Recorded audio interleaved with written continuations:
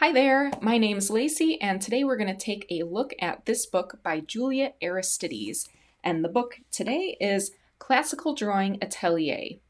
Juliette has many books on the subjects of drawing and painting in a realistic style from an atelier background. So today I'm going to be covering this one, and in future episodes I will compare a variety of her books to each other so that you can tell the differences between each of them. Let's go ahead and have a look inside. This book was printed in 2006, copyright 2006. There's somewhere in here, let me go over the table of contents a little bit. This is divided into 4 sections, very similar to the other book, but you are going to see a difference here, so keep that in mind. There's part 1, which is a historical perspective. It's Welcome to the Atelier. And you'll see here we get just some background on the whole atelier method. Then part 2 are timeless principles. So instead of starting off with how to measure or something like that, what we have is Chapter 2 is all about design, nature, and the golden ratio. Chapter 3 is line. Chapter 4 is value. Chapter 5 is form. So I think this is kind of interesting because I think usually we start with line, proportion, value, and then later we get on to design, and she puts it right in the beginning. So I think if you read this sequentially, at least if it were me, reading sequentially, this gets a little bit intimidating right off the bat. Part 3 is timeless subjects.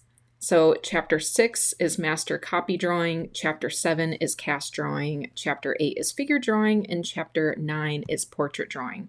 I would like to point out that this is basically the order that you study things when it comes to atelier training. So you're usually starting with master copy drawing, which is copying bark plates, and you start with simple bark plates and progress up to more complicated ones.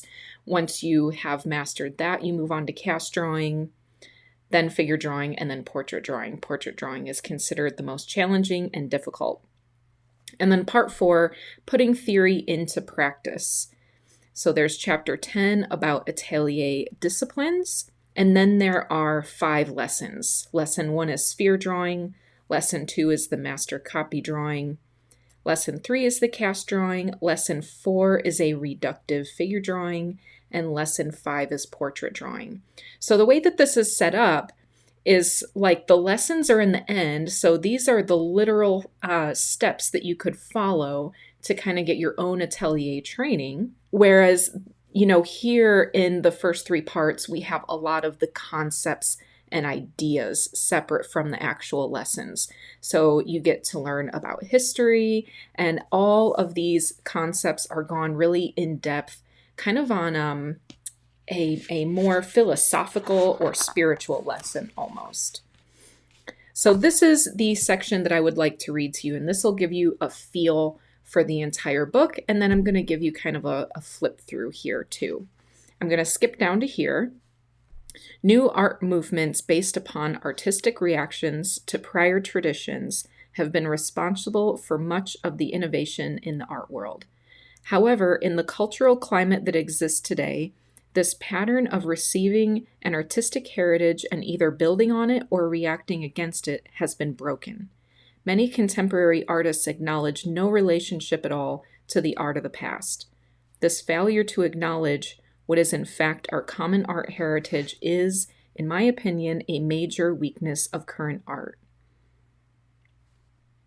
In our arts climate, historical education and art training are often antithetical to genius.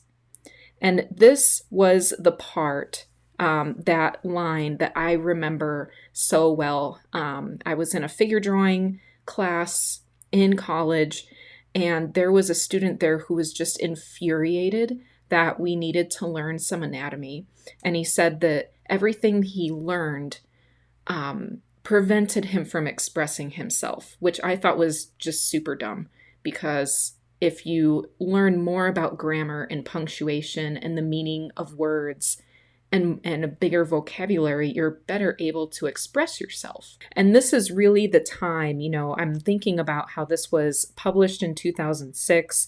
Clearly, she must have been working on it for a while. And so this perspective, I really, really identify with the frustration, not just to a connection to the past, but feeling like the more that you learn about the past and what was done, and the more that you learn about what artists have already figured out in terms of, how to create an image, then the more language you have to work with. And I was just frustrated that I felt like most of my education was pretty empty. So as we move on from here, just knowing that that's the basis of this, it's very focused on classical training and images that reflect that. So this is a drawing by Aristides. She has a number of her own drawings throughout the book, as well as many other atelier trained artists that are current, and old master drawings are just sprinkled throughout here. So it's really beautiful.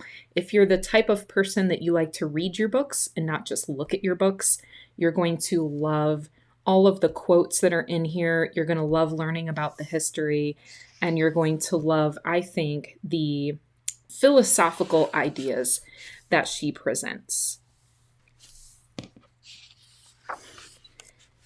Now, here's where, to me, I think the idea of the golden ratio is so super exciting, but I don't feel like it has just constantly been what artists start with. I kind of go back and forth on this because I think that, the golden ratio is evident all over the place, and it's beautiful design.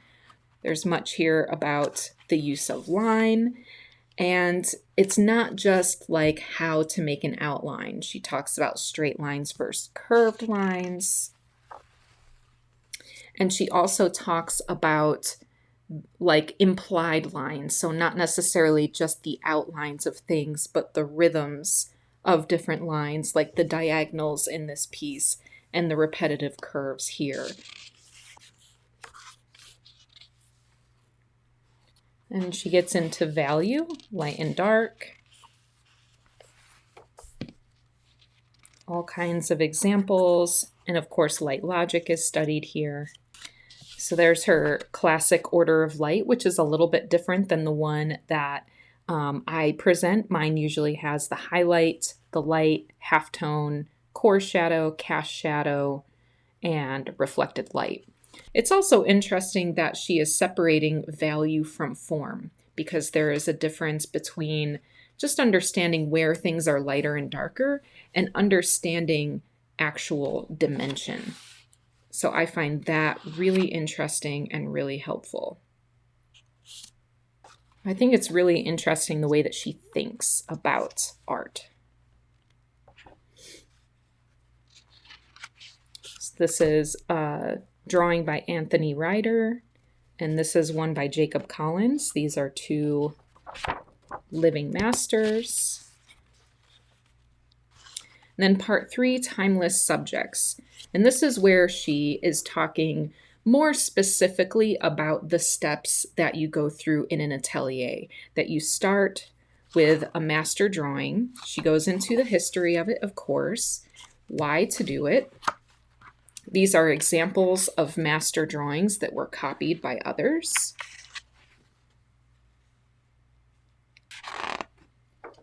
Then you've got cast drawing, which is your next step. So then you're still copying artists of the past, but you're learning how to translate from 3 dimensions to 2 dimensions.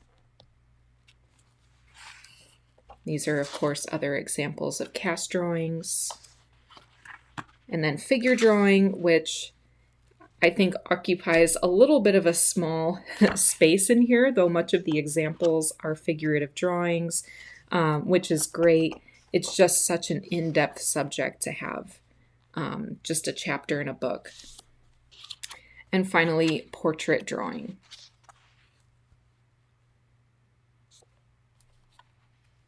Beautiful portrait examples. And then finally, putting theory into practice. So this is where you really start to find information about materials and lessons. So lesson on drawing a sphere, copying a drawing, although I would say this is a pretty advanced drawing to start with.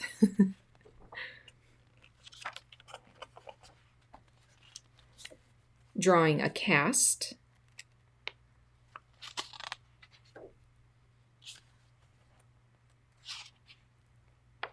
Reductive figure drawing, which this instantly to me looks like oil paint, but it's actually a sanguine or red kind of chalk, and she has put the chalk all over white paper and then you erase into it. So that's what she means by reductive, that you are erasing into the medium. And then finally, portrait drawing. And that is pretty much the end of this book. There's a bibliography there. And this says, there are ateliers all across the country. A complete up-to-date list can be found on the Art Renewal website at artrenewal.org. All right. These books are perfect for you if you're interested in history and if you're interested in the atelier style of learning. So I put a lot of weight in that style, though I do feel like we have a little bit moved on. Even though I do feel like since this time, since 2006 and 2008, because that's what, 14 to 16 years ago, that's actually, things have changed a bit since that time. And I'm kind of curious too, how much just different artists who are mentioned in this book, and maybe Juliette too, if some of her opinions have changed. But I think that the style of artwork over time has changed, because around this time, you mostly had people learning the atelier methods and then kind of sticking to that. And every now and then somebody would branch out. And now a lot of people who were trained in these ateliers have just combined ideas from here and from illustration and even more kind of modernist ideas. So things are just really varied and interesting out there. But I think that this is the most solid foundation that you can get in terms of realistic drawing and painting. I love learning about the history. I love the drawings and paintings in these books. And if you're purely utilitarian and you're just looking for something for like a step-by-step, here's thing 1 to do, here's thing 2, this has a lot of stuff in it that you don't need. But if you're ready to really delve into the history of it, and you're really ready to delve into more the conceptual part of it. So not just doing the thing, but why? What is spiritually behind that? Hey, thank you so much for checking out this book with me today. I hope that you found this review helpful. If there are other books that you would like to see reviewed, leave it in the comments below. Thank you, and I'll see you again next time. Bye.